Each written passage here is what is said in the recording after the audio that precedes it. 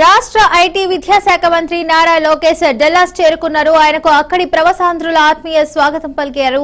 4 రోజుల పాటు అమెరికాలో పర్యటించనున్న ఆయన రాష్ట్రానికి మరిన్ని పెట్టుబడులను ఆకర్షించడమే ప్రధాన లక్ష్యంగా పెట్టుకున్నారు. నేడు డల్లాస్ లో తెలుగు డయాస్పోరా సమావేశంలో అయితే పాల్గొనున్నారు.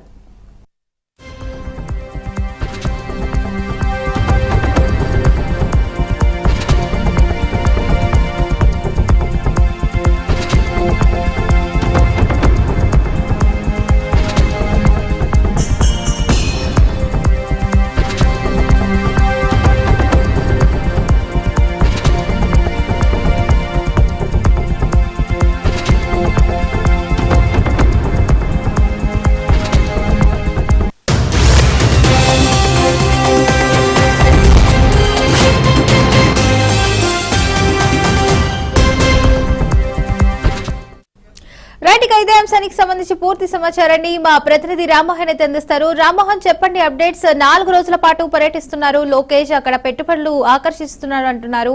ఎంతవరకు వాస్తవం అంటారు? చెప్పండి అప్డేట్స్. Good morning Fatima. రాష్ట్ర ఐటీ మరియు విద్యాశాఖ మంత్రి నారా లోకేష్ అయితే పెట్టుబడుల ఆకర్షణ లక్ష్యంగా డల్లాస్ లో పర్యటిస్తున్నారు. రేపు ఎల్లుండి శాన్ ఫ్రాన్సిస్కో లోని గూగుల్ సహా పలు ఐటీ సంస్థల ప్రతినిధులతో సమావేశం కానున్నారు. అదేవిధంగా 10వ తేదీ కెనడాలోని టొరంటోలో ఐటీ సంస్థల ప్రతినిధులతో సమావేశం. అదే రోజు రాత్రి కెనడా నుంచి బయలుదేరి హైదరాబాద్ చేరుకుంటారు.